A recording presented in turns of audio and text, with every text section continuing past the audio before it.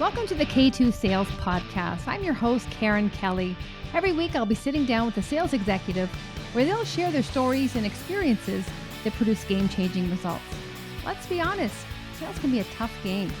I'm sure at some point, we've all delivered a less than stellar demo, been ghosted by a client or two, and sometimes maybe we did more talking than listening.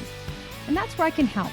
The stories and insights our guests share can be applied to your own business, your territory, or with your team, so you're not reinventing the wheel.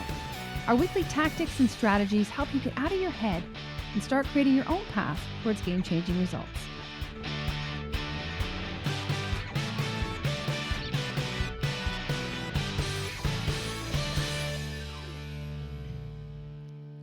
Welcome back to the K2 Sales Podcast. I'm your host, Karen Kelly. Now, I had the pleasure of speaking with Neil Weitzman, who is a repeat guest. He is the founder of PORCH, which is a community for immigrants coming to or in Canada. He's also a fractional CRO, and he's most recently co-founded Be Fractional, which is courses for fractional leaders. And so he's definitely walking the talk.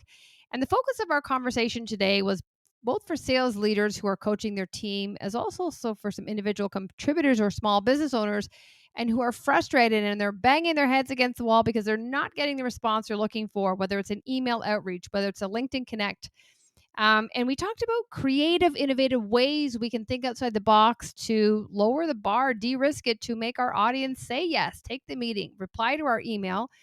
And one of them was just look inward and how can you leverage your creativity? How can you send a snail mail? How can you meet people in person? What events are people going to? What communities are you part of that allow you to connect and exchange, real life conversations and feel the emotion, the energy, the tonality that email doesn't have any of that. And just look at the people that you can connect with as a result of putting yourselves in their environment. So meet them where they're at, but can you do it in person? Also the difference between warm and cold leads. People are still continuing to take a cold approach, and maybe that works for certain industries, for certain segments, for certain email sequences. But don't be afraid to try new things, try different things. Do you know people that are connected to folks that you can help? How can you leverage their connections and get a warm lead, de-risk it so that the likelihood of the person you're reaching out to is going to say yes because of the person that introduced you? Okay, that's pretty much how I get most of my business. Leverage your network. So he shares tons of tactical strategies, and a lot of them are within us, but a lot of them are just asking your community. So the reason we're building community is to serve. But there's also this law of reciprocity. If you're going to ask them for something, what else can you give to ensure that the flow of energy is constant? So I encourage you to take a listen. If you put in place anything that Neil has suggested, let us know. We love to celebrate your wins. Thanks for tuning in, and we'll see you next time. Well, I'm delighted to have my friend Neil Weitzman back as a return guest of the K2 Sales Podcast. Welcome back, Neil. Thank you. Being introduced as a friend is an honor, so thank you for that. My pleasure. Last time you were in Florida, you were snowbirding in the Canadian winter. Oh, yes, and I had on that really not so flattering shirt, I remember, yes. You know what? That's a nice segue into standing out and not Yes, and beating to your own drum. And that's what we're going to talk about today. When you look at outbounding motions for individual contributors, BDRs, even small business owners, and everyone talks about value, and I want to add value, but they're not even getting up to bat to deliver value because they're not getting a response. And so I really want to get your take. First of all, what are you seeing out there? Are you seeing that the response rates are down? Are you seeing it's flat, or what are you seeing, just to start us off? Yeah, great topic. Yes. I'm seeing down, tough, frustrations, all these things. There's tons of data out there that talks about, let's define it, I guess, as cold outbound becoming more and more difficult. I'm seeing it on the engagements and clients I have and AEs that I work with, so I see it. And there is a lot of frustration around that. People are trying to do their best, for sure, around cold outbound and doing all the things that you're supposed to be trying to do and really personalize and customize and try to stand out. But it's still very, very, very tough. And I think that's because every I'm making up a number. Every day there's another 100 new companies that all of a sudden are trying to do it, and just adds to the noise. So, Mm-hmm. we've got to try different things. And I know we're going to get into that a little bit. So excited to talk about creative ways to do something different. Absolutely. And I love that. And creativity, I think a few things here. One is, yes, there's a bunch of new companies, but there's also AI. And so when you think about cold outreach, right away the user is saying, is this written by a bot or is it human? And when you're following this scripted template that someone's given to you and it's so rigid and you're just like, Yeah, God, it's so easy to delete. So the first thing. So it invites you to really, look at creativity. Like, what can I bring? How can I leverage my creativity? And the only thing I'll say is that the more technology we're on, we stunt and we diminish our creativity. So it's kind of like that balancing act saying, how do you choose me and imagination and creativity and intuition and everything that we can bring to the table? So what do you say to people who perhaps are not even bringing creativity to the table or to their periphery when they are doing outbound motions? it's a great point. I think there's 2 points to that. There's, if they're already in cold outbound, then yes, how do you be creative within a cold outbound? But I think there's a conversation before we even get to the word cold, in a sense. And that is, what should your outbound motion be? Or what is your strategy to get into discussions? And it shouldn't Mm-hmm. necessarily start with, let's find our prospects and send a bunch of emails. Or a bunch of cold calls, which might be even worse depending on what your segment is. But so I think it's all about, to me anyway, like, let's get out of the mindset of, we have a product, we know the clients that we want to reach, or the not the clients but the prospects, the organizations. We therefore look up the buyers and the buyer personas and try to find who they are and get their contact information, make sure they're the right buyer personas. Then we figure out deliverability issues, subject line issues, send a bunch of emails, ideally, to your point, not templated, and really personal and Mm-hmm. customized. But even that is really hard and not the right place to start. To me, it's, where are our buyers? Where do they live? Where do they hang out? And most importantly, how do we think deeply about the idea of warm before we even think in any way, shape, or form of the word cold? Um, Especially if you're an Mm-hmm. earlier stage company where you don't need to get 400 deals in the pipeline tomorrow. Just 10 or 20 might be gold. So I think warm's the right place Yeah. to start. If we want to dive in there, I'm happy to chat a bit about that, Karen. Yeah. Yeah, absolutely. And I think warm, I think cold is very difficult. And regardless of where you're at in the stage and, looking at your desired outcomes, like it's like banging your head against the wall repeatedly. Um, but before we get into the warm, what I'm hearing, Neil, is basically meet them where they're at. And so just if we take a step back, like how do we find out where they are at? What are some ways we can do to know, is it the buying stage they're at? Is it physically where are they hanging out? Like where do we get that background information on them? Yeah, I think it's where they hang out to start, right? Mhm. It's depending on the industry that you're selling into or you're building your business in. There's all sorts of different places that humans hang out, Yeah. right? Whether that is uh, communities, right? Certain communities, some communities are broad across industries and others are specific to an industry. Mhm. There's trade associations. There's all kinds of groups, communities, digital, virtual, and in person, peer groups and networks. So I start there, or I advise my organizations that I work with to start there, because that's deeply human and Mhm. personal. And people are, and by the way, how you engage in those places is different, right? It is not a sell first, it's a give first mentality, and it needs to be, or else in many ways you won't be welcome in those places. Mhm. But if you have the right attitude about it and you're there for the right reasons, huge opportunity to build relationships and meet people that might one day turn into a great prospect for you. So that's one. And then the other, of course, which is again post COVID becoming more and more popular again, or already is past that point, is events, Mhm. experiences, mini events, big conferences, all kinds of different types, and how you can engage there in a creative way. Of course, there's a boring way to engage there, but there's also very creative things you can do to Mhm. meet people that you never would have otherwise gotten a reply on from a cold email. But if you go to a conference, you might meet them just like that and have a really awesome conversation. Um, all these things take time and effort, and they're not easy either. But frankly, they're a million times more effective than hoping someone's going to open and read your cold email who's never met you or heard about you before. People wanna get out. COVID, I hate the word even because it just it's kinda triggering.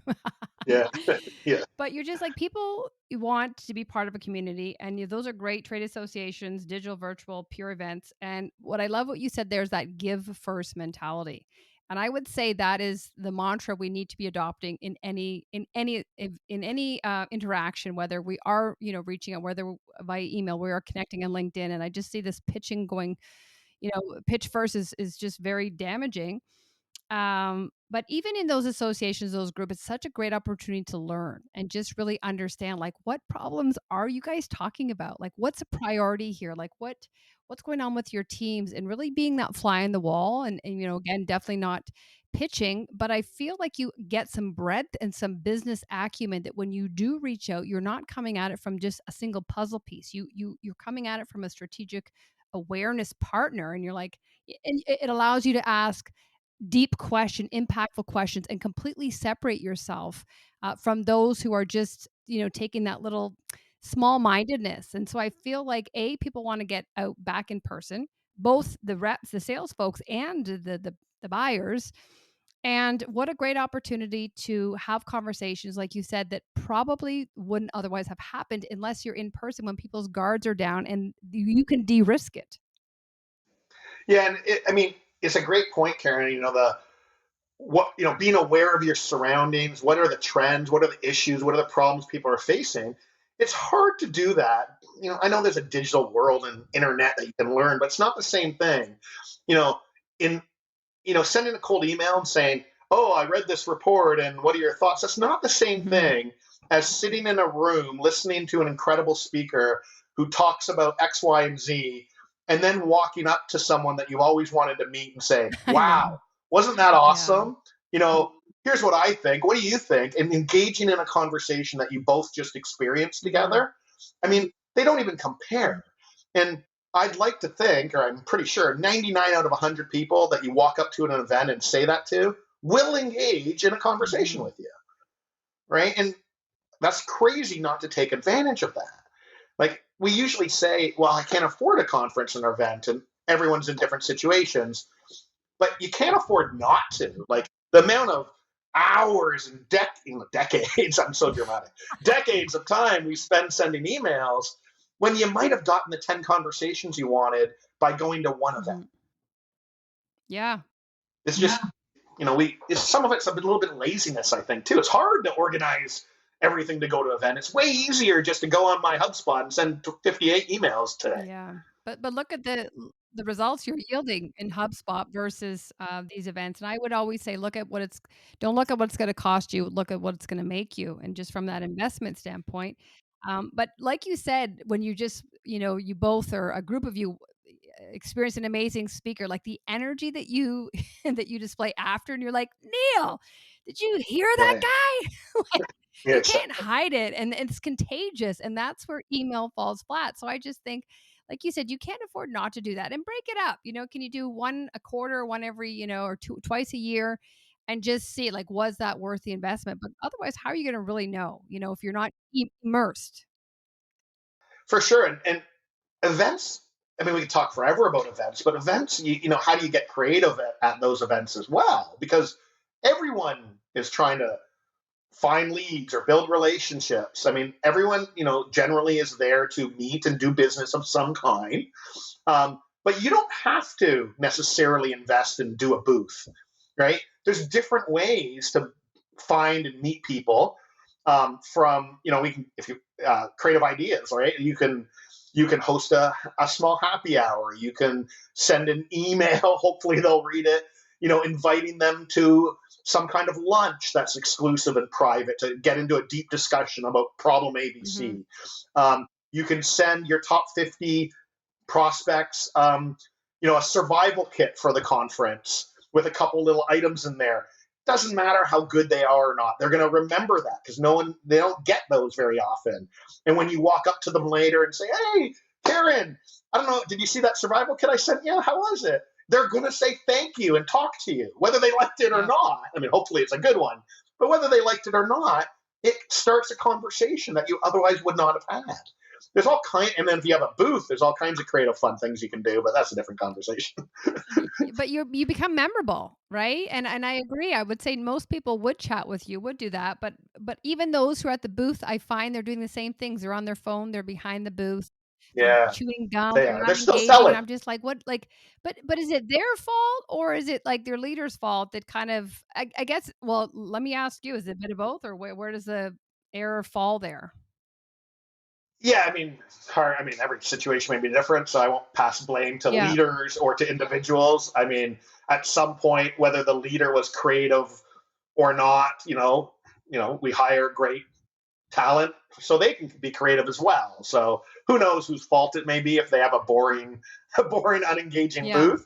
Um, one thing, just as a quick story, one thing I did at a conference once, and it was not my idea. I will not take credit for it, but it was the best thing. Now I take credit for it because I tell everyone to do it.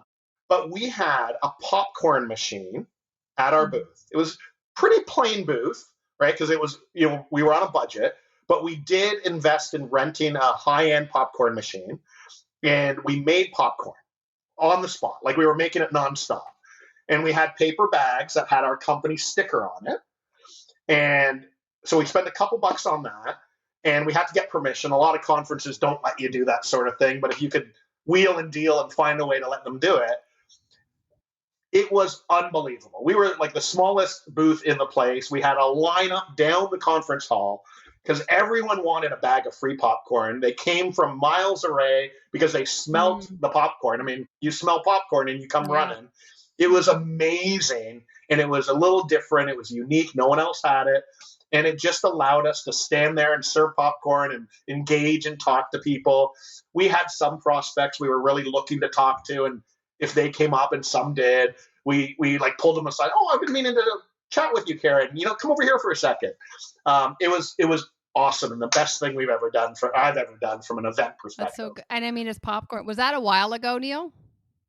Yeah, it was God. Yeah, don't make me say how many years ago, but yes, it was. No, the only reason I ask is that, like, I feel that a lot of people are trying to do things like that, but the early adopters, you can see how there would be lineups because people were just craving this differentiation. It's like, give us something. And, think about how smart it was. You activated different senses. There was smell, there was visual. It sounds like, remember Jumbo Video years ago when you, was it Jumbo or Blockbuster? You got the free popcorn as you walked around to Oh rent a video. yeah, no, gosh, one of them did. Canadian Tire still does that sometimes. At least Canadian Tire and us has a free popcorn machine when you walk Oh, in. yeah? Funny. Yeah, Um, yeah. so again, easy little things that we can be doing. So we talked about community. Where else can we kind of break through and leverage warm leads to increase our likelihood of getting a response? Yeah, I'd say we can come back to the digital world a little bit because there's tools now that exist that focus on warm that never did, or at least didn't do effectively Mhm. before.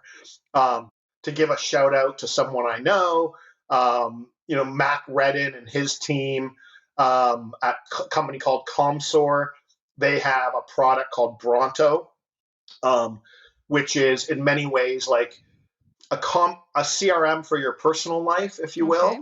will, to bring together the idea of LinkedIn and HubSpot and a business CRM and your personal contact list, right? So I have hundreds of people on my phone, on my Apple phone.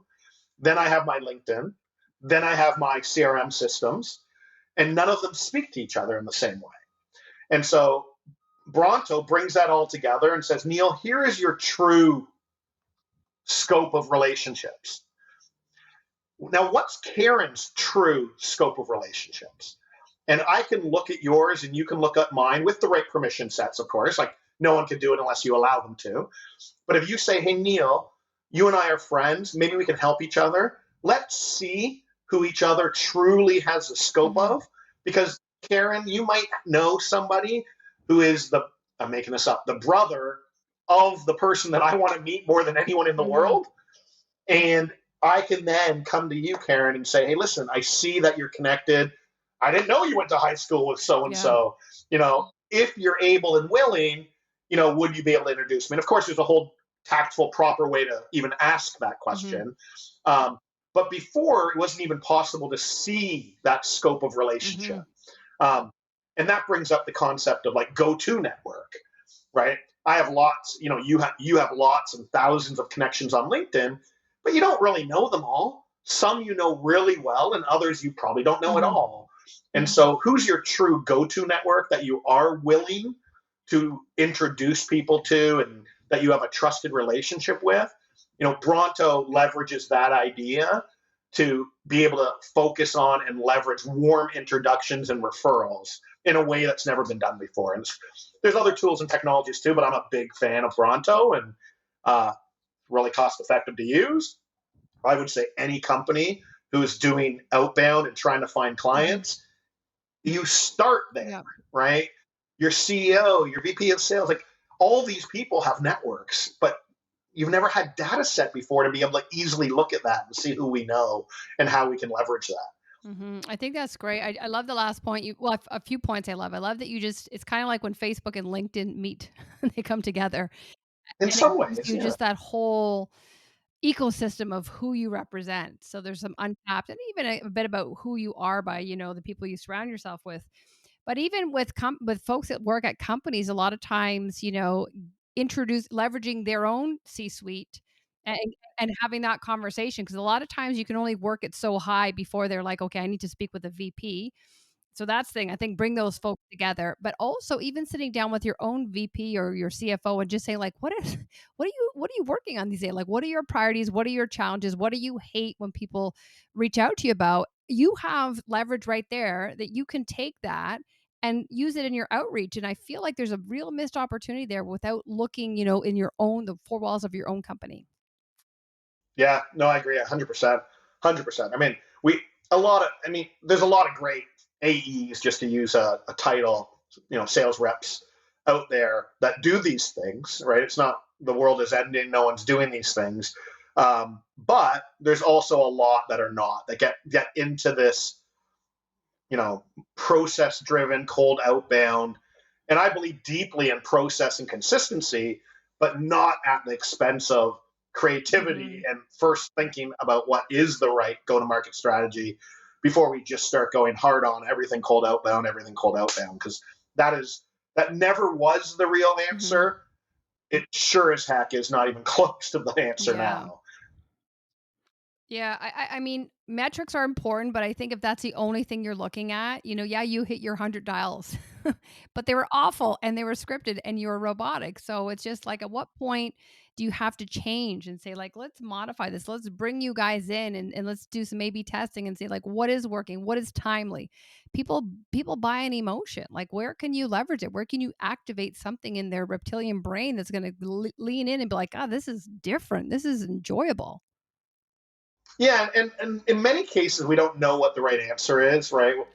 What's going to work and what's going to get the Mm-hmm. results. Who cares about 100 dials? I care about how many times did you actually talk to Mm-hmm. someone that is a conversation we wanted. Um, but, the idea of where to spend your time is important, right? Do you say to the AE that you just hired, okay, 8 hours of warm stuff, go try to figure it out, and here's some ideas? Or do you say 8 hours of, here, run a sequence, cold Yeah. outbound, do it the right way? I think you need to use like proper time blocking and test and learn different ideas, like especially early stage companies, especially new AEs, helping them find their superpowers. You may have some AEs that are incredible on the warm side and can run with that for a long time, and others who are just amazing doing cold calls and are getting great results, right? Not everyone has the exact same results or Mhm. superpowers. So I think starting off with hey, Karen, you know let's talk about the different things we want to try. Let's talk about the different things that you may be good at. And of course, I'm going to ask you what you feel your superpowers are. But then time blocking. We might say, these 3 hours, I do want you focused on cold outbound because we think it's going to work and we need to figure out the right messaging, the right cadence, all those things. But for these other 3 hours every day, I want you focused on using Bronto as an example to leverage and connect with the different people in our company and others. And ultimately, we want to see which one is the best place to spend your time. Because I don't care about 100 cold calls, but I do care about the time because it's not limited or unlimited. Yep. I need to know that you're spending your time wisely to get the best chance at results. So that we have to figure out, because 6 months from now, we may say, okay, man, are you getting great results spending your time in different communities? That clearly is something you're really good at and that you enjoy and it delivers results. So guess what? You're no longer a cold outbound person, right? Let's spend time where that's working and that you enjoy the most. But we might not know that right away until we kind of try some different things. So much value there, Neil. And if I sum it up, what I'm hearing is just that iteration and not being afraid to try and test things out. Because like you said, you could have a new rep. So there's this training. You could have a sequence that might work, but for a certain industry. You could have time blocking where you're aligning to people who at their optimal energy level, right? So there's so many things that have to fall into place. But I feel it's like, don't be afraid to try and keep going. Like it's got to be iterative and it's got to be dynamic. That once you find it, it's also got an expiration date. Like it might work for three months, and then you're like, why isn't this cadence working, or this industry they're not picking up anymore? Yeah, because it's hit to its expiry date. But so much good points there. I think you hit the nail on a lot of heads there. And we also, I know you and I share a big passion for, good and strong people leadership. And I think that comes into everything we're talking about, right? Like in today's day and age, people want to be challenged and try different things. And I don't think it's like it used to be, even though those were important many years ago too. They're in many ways way more important than they ever were. And so, I might have, if you're my AE, maybe you are doing cold outbound and it's working well for you. But if I don't really have great coaching and people leadership skills, there may come a day where you're getting really frustrated or bored with it. And therefore, maybe your results drop off, or maybe they don't. But maybe you're just not enjoying your time with us anymore because that's all you're doing. And if I'm not doing a good job on the people side, you may decide to quit without talking to me. And that's not a good thing, obviously. My job is to keep you challenged and engaged and learning new things. So I've got to be constantly thinking about that side of the equation. It's not just the results, but it's just Karen learning. Is she challenged? Is she enjoying her time with us, irrelevant of her results to some degree? Because I want the opportunity to help you get better. And if you're not enjoying things and learning, then you might never have the chance to get better because you might decide to leave me. So that's a really important part of all this too, just to make it even harder to manage. Yeah, well, I think it's so important. And I would say it's overlooked, to be honest. People are looking at the metrics, but they're not looking at the person behind it and saying, like, is Neil enjoying himself? Because, my job is to develop you, but it's also to retain you and, foster the culture that we've worked so hard to build. So I think, when what I heard there is when I think about, AE's roles, it's to help the buyers, to facilitate a buying decision, right? So that they can confidently make a decision. But you think about leaders now, like their role also is to facilitate their group. Like, so they're empowering them. They're not telling them to, they're empowering them. And so many times I'm working with teams and they're like, what's the answer? I'm like, well, let's, turn it over to the group. Like they have the answers. I can facilitate discussion, but like, why would I take away the opportunity to hear peer learning, cross learning, like empowerment? It's just so motivating. But what I feel is leaders make it about themselves and they have to be that sage on the stage. And it's like, are you kidding me? Let them talk. Like they have all the answers and the wisdom within themselves. Yeah, agreed. You said that. I'm not even going to comment on that. That was perfect. You said that perfectly. I agree fully. Well, it's a missed opportunity. People, like you said, they want to learn, they want to be challenged. And when you painted that story, that's why I left corporate after 10 years. I was coached once. They asked me my opinion once. And I remember feeling really good, that one that one time. And I brought it back into future conversations because I was like, I had confidence. I was like, remember I dug really deep and I did come up with something. So it's there. And That's what people want. And when you're not stimulated, when you're not put in those environments to really see what am I truly made out of here? What's my true self-worth and what am I capable of? You get annoyed and you blame the person, the leader, for not, you know, tapping into your capability there. It's kind of like, shame on you. I have so much here and you didn't even leverage it once. Yeah. For fear of you making fun of me, um, it just this discussion reminds me of Ted Lasso. Yeah, I love Ted Lasso. He's like the perfect Yeah. leader, right? He's the perfect coach. He's all about tapping into, listening to people and making sure you get the best out of them and leveraging what they're great at, and letting them recognize it for them. Like he's a perfect example of what a coach should be in many ways. And I know it's a TV show, I know it's not real, but it's amazing and it's great Well, lessons. I would just say any leaders that are out there that are listening, how can they take a page from that and just be, like team first, like really connect with your team. And it's like parenting. It's not about us. It's about your kids or your team. And so, put that behind you and really focus on the individual and what do they need to learn? Because it's not the same for everybody. No, my job as a CRO or fractional CRO, my only job is to make the team have an easier chance of Hmm. success. Paving the road, getting rid of speed bumps, solving problems for them, helping them where they need it, coaching where they need it. But that's my only job. Hmm. And if I do that properly, in the way they need it done, not the way that I think it should be Hmm. done, then I'll be super successful and the team will get results and people will be happy and my boss will be super Hmm. happy. That's my only job, focusing on them and making it easier for them to be Hmm. successful. Yeah, I love that. I wish more people like you saw it that way. So let's go back to our warm leads. We have community, we have leveraging our network. So what about, in terms of tactics, what are some strategies? Like if I want you to introduce me, do I just say, can you introduce me? Would you expect me to write the email, provide some context? Like what are some things that I could spoon feed you to make it easy for you to do? I love it. I love it. So a great example that I've done in the past, and I've read about other people doing. Um, let's think about it from it doesn't have to be a customer referral, but just a referral from someone you know. Um, it works really good with customer referrals too. But so let's use you and I. Hmm. I can come to you and let's say I know, I either check on LinkedIn or I see in Bronto or any other tool that a bunch of people that I wish I could talk to. So first job is for me to see that exists, whether it's from LinkedIn or otherwise. Um, and so there's two options. I can come to you and just say, Karen, do you know anyone who might have a need that I can help solve? And if you do, would you be willing to introduce me? Now, we all know Karen's an incredibly nice person, so you're more than likely to say, "Sure, Neil. I might know some. Let me think about it, and if I can think of anyone, I'll let you know." Hmm. So you're very nice, and you're saying yes to me.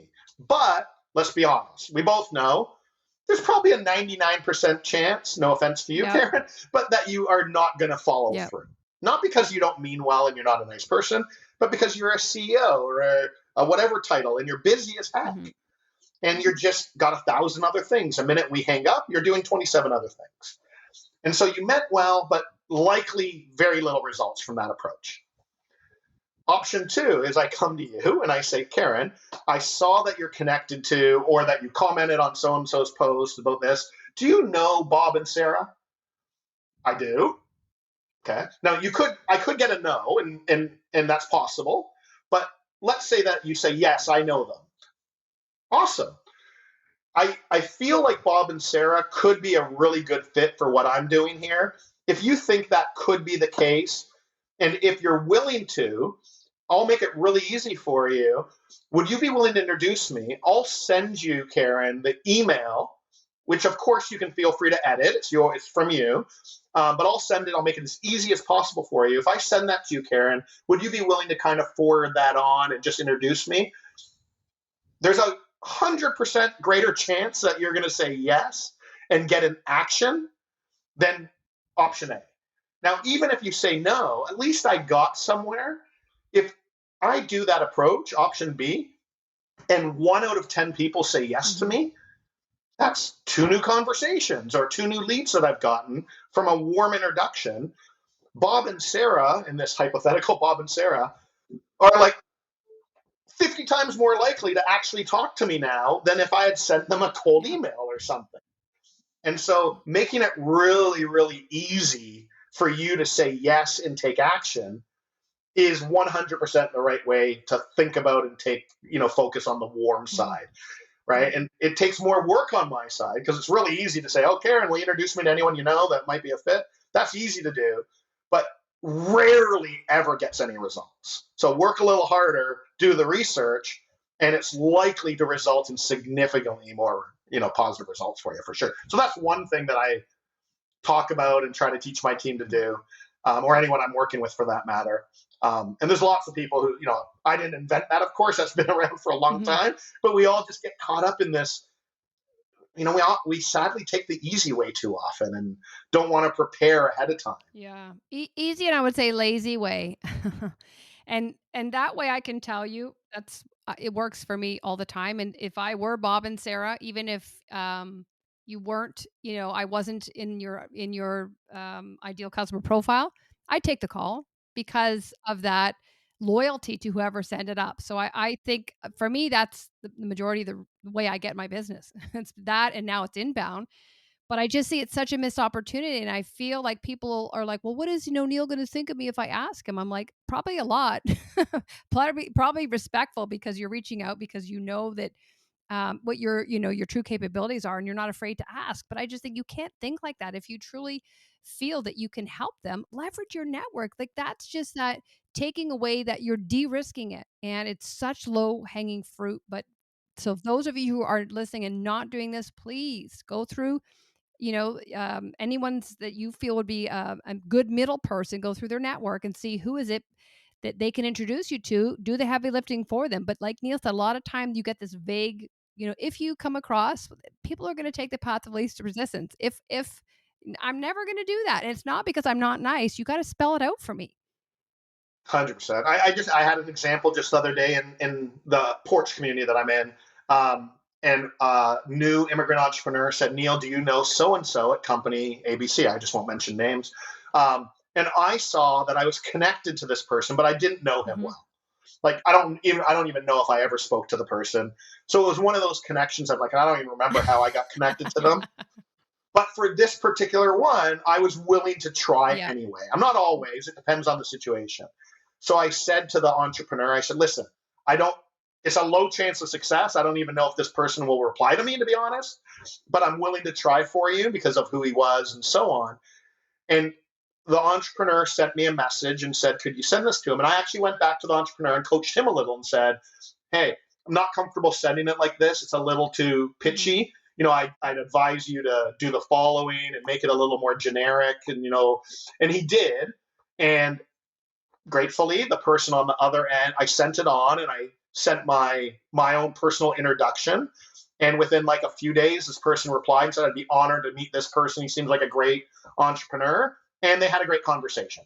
It's not my business how it ended up. I don't know exactly if they're working together Hmm. now, but he was grateful for the connection, and it worked really, really well. And it works if you just give it a try and do. Someone once said, "Do the hard yards," which I love Yeah. that saying. Yeah. Hard yards, and you have a pretty good chance something's going to work out for Well, you. I think it's that law of reciprocity. People want to give back after that because you've helped them. And what I do is I actually call, like, reach out to the person back that introduced me. I say, "Hey, Neil, thanks so much. I actually that ended up in us working together, and I'll usually send you something or give you something because I know full heartedly I wouldn't have got that if you didn't send that email. Like, it's proven. It's definitely cause and effect. So." It does work, and I think also if I've done that, like, it's nice to know that, like, that did work. Well, that's an important part, right? It's a good point you brought up, Karen. If someone does help you and makes an introduction for you, or whatever the favor was, 100% follow up and say thank you. Here's what happened with the introduction. That's a really important part. If you don't follow up with me, and then 6 months later you come back and ask me for another Mhm. favor, I remember.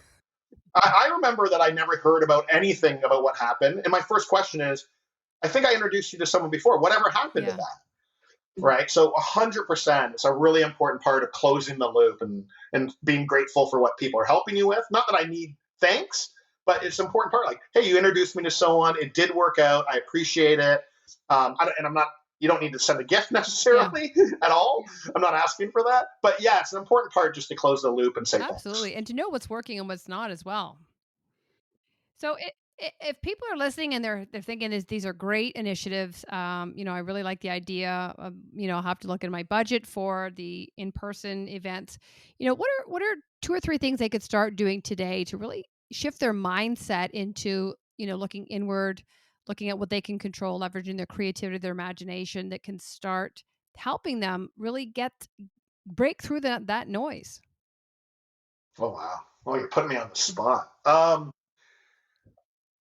I think I would take a breath and stop for a second with your team. So let's say you're a VP of sales or whatever your role may be, and I would get the team together and have a true creative brainstorming Mhm. session. I would take a pause and go for an afternoon, go to a patio somewhere in the nice weather if you can, and just say, listen, enough with all the things we're doing for a second. Let's not, whether it's working well or not working well, what are the things that we're not doing that can make a difference, that can stand out, that is something we haven't tried before? I don't care if you steal someone else's idea that you saw on LinkedIn or something, but what are the stuff that this company, is not doing that we can try to be a little different? I would have a real creative session. I don't think a lot of companies do that these days anymore, especially in the remote Yeah. world. Um, one of those things, just to come back to another idea, is snail mail. Mm. We didn't talk about that. And snail mail is a forgotten art that every freaking time I get a letter from someone, I open Yep. it, I read it. Guess why? I only get like one a week from someone that's not a banker or someone trying to sell me something. Every single time. It's got 100% open Mhm. rate and almost 100% reply Mhm. rate. Because if someone takes the time to do that to me, I am acknowledging it at least. Doesn't mean I buy their Mhm. product or whatever they end up selling to trying to sell eventually, but they took the time and the effort to make an effort with me to stand out. And so there's things that you can do. I know there's different cost to all these things, but find your 20 most important prospects and send them a Mhm. letter. That is not hard nor expensive. It is if you try to do it to 10,000 people, but it's not if you're doing it to your top 20 Mhm. or top 50. Yep. And so there's so many things you can really get creative and get outside of yourself and just think differently. So I'd start with that. And then community, I'm big on community. There's so much to, if you're especially in a B2B world, and you're not in a bunch of different communities, or at least a few that you really love, you're losing out. Get in, meet people, give first, talk, build relationships. It will, without even trying, it will 100% lead to new relationships and opportunities that were not there yesterday. Mhm. 100%. It could be partnerships. It could be finding new talent. It could be a new employee. It might be you getting a job somewhere. I mean, there's a million opportunities that might happen Mhm. just by being present and engaging in the right way. And there's so many businesses that just aren't doing that.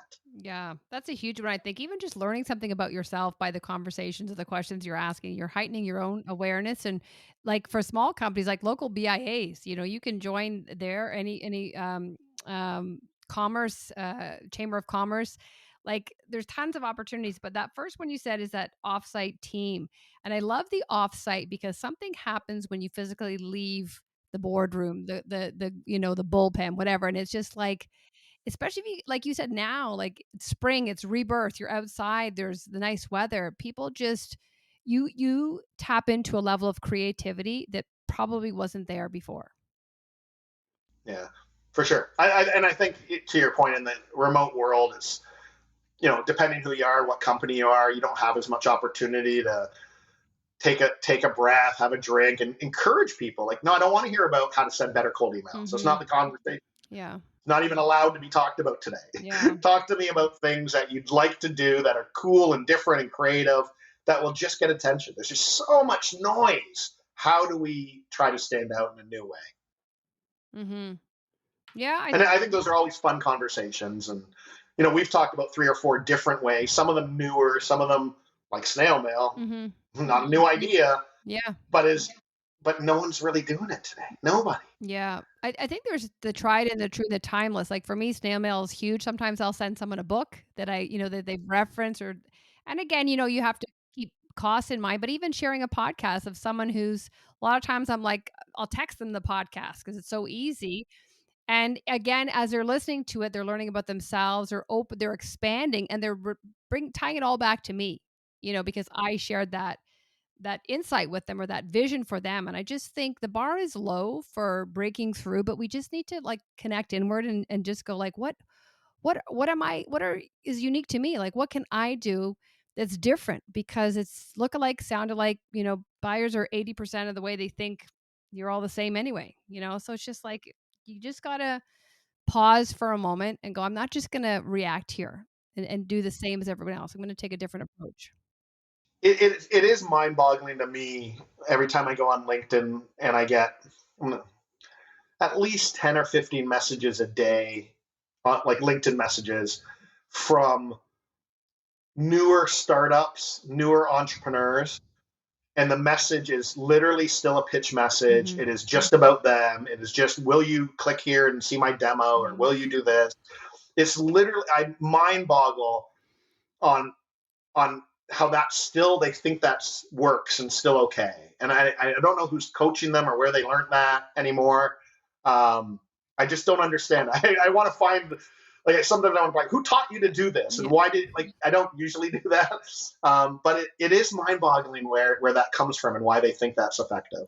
I think it's a machine that's writing it because there's so many of In them. some cases, and some I can tell it is, and Yeah. others I know it's not. Yeah. But someone's telling them to do that stuff, right? Or I don't know. You're not born with the like I'm going to spam people a pitch message gene. Yeah. So someone somewhere told them that that was going to work, and I don't know who it was. Yeah. Well, what I can say about you on LinkedIn is you're the complete opposite. You are very giving. You are very complimentary to others, and it's just really nice and warm and beautiful to see what you're doing to help lift other people up. Thank you. That's very sweet of you to Yeah. say.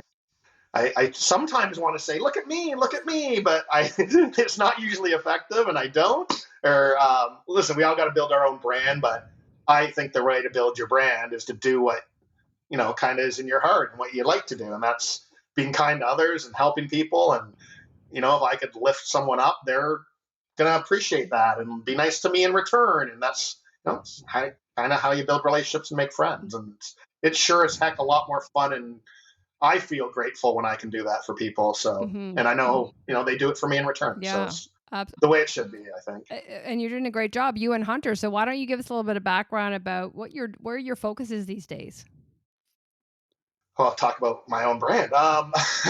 I do two things most of the time, sometimes 20. Um, Two businesses I'm focused on. I'm a fractional CRO.